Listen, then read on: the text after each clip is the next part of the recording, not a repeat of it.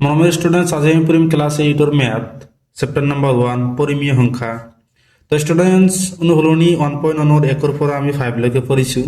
আজি আমি তোমালোকক 6ৰ পৰা কৰি দিম চাবা। 6 নম্বৰ কোৱেশ্যনত কি কৈছে চাবা, অনৰ গণিতক আৰু যোগাত্মক বিপৰীত কি কি? অনৰ গুণাত্মক আৰু যোগাত্মক বিপৰীত কি কি আছে সেইটো আমাক কি উলিয়াব লাগে। চাবা ষ্টুডেণ্টছ তোমাক উলিয়াই দিম।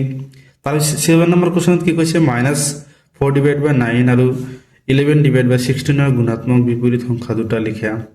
ইয়াৰ গুণাত্মক বিপৰীত সংখ্যা দুটা লিখিব কৈছে।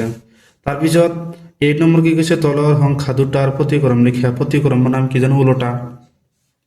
9 নম্বৰ কোৱেশ্যনত কি কৈছে, প্ৰতিক্ৰমৰ লগত একে হোৱা পৰিমেয় সংখ্যা কি কি? প্ৰতিক্ৰমৰ লগত কি কি সংখ্যা একে হয় সেইটো আমাক লিখিব কৈছে। চাবাচোন আমি 6ৰ পৰা 9 লৈকে তোমালোকক আগত কি সমাধান কৰি দিওঁ, তাৰপিছত আমি 10 নম্বৰটো কৰি দিম চাবা। ষ্টুডেণ্টছ অনৰ গুণাত্মক বিপৰীত আমি কিমান জানো, 1 জানো।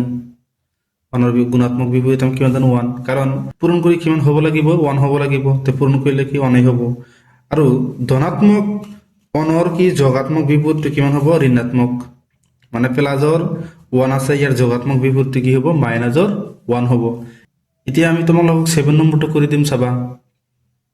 নম্বৰ কুৱেশ্যনত কি কৈছে, -4/9 আৰু 11/16 গুণাত্মক বিপৰীত। গুণাত্মক বিপৰীত কি, সেই সংখ্যা দুটা পূৰণ কৰি কিমান হ'ব লাগিব, 1 হ'ব লাগিব। আমি -4/9 গুণাত্মক বিপৰীত আমি কি জানো,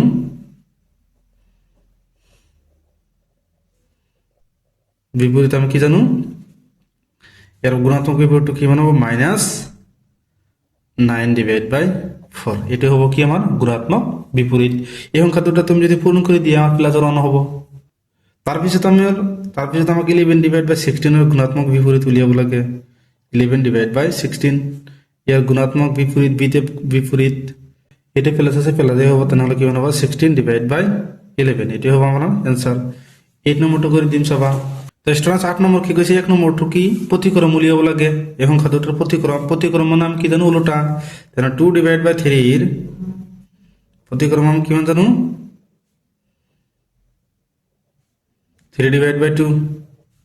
ওলোটাটো আমি জানো, লবটো হৰ হ'ব, হৰটো লব হ'ব।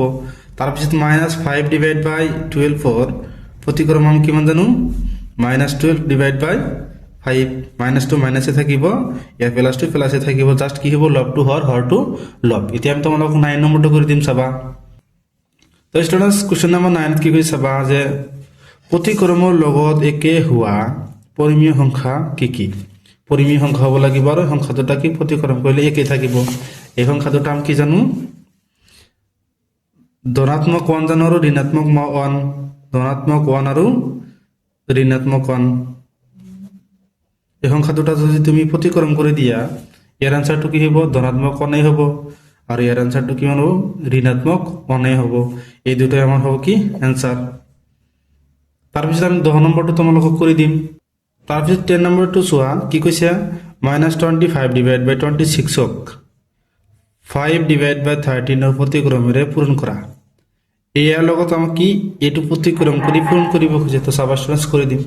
নহ'লে আমি এনেকুৱা কৰিম যে -25/26 পূৰণ, ইয়াৰ প্ৰতিক্ৰম কৰিলে কিমান হ'ব, 5/13 আছে। তাত 13 কিমান হ'ব, 5। 13/5 5 ইয়াক ডিভাইড কৰিলে আমি কিমান জানো, 5। 13 ইয়াক যদি আমি ডিভাইড কৰোঁ কিমান পাওঁ, 2। তেনেহ'লে আমি ইয়াৰ পূৰণ ফলটো কিমান পাম, -5/2। এইটো আমাৰ কি হ'ব উত্তৰ। তো ষ্টুডেণ্টছ ইয়ালৈকে কৰিবলগীয়া আছিল। ষ্টুডেণ্টছ ভিডিঅ'টো ভাল লাগিলে চেনেলটো ছাবস্ক্ৰাইব কৰি দিবা। Thank you students.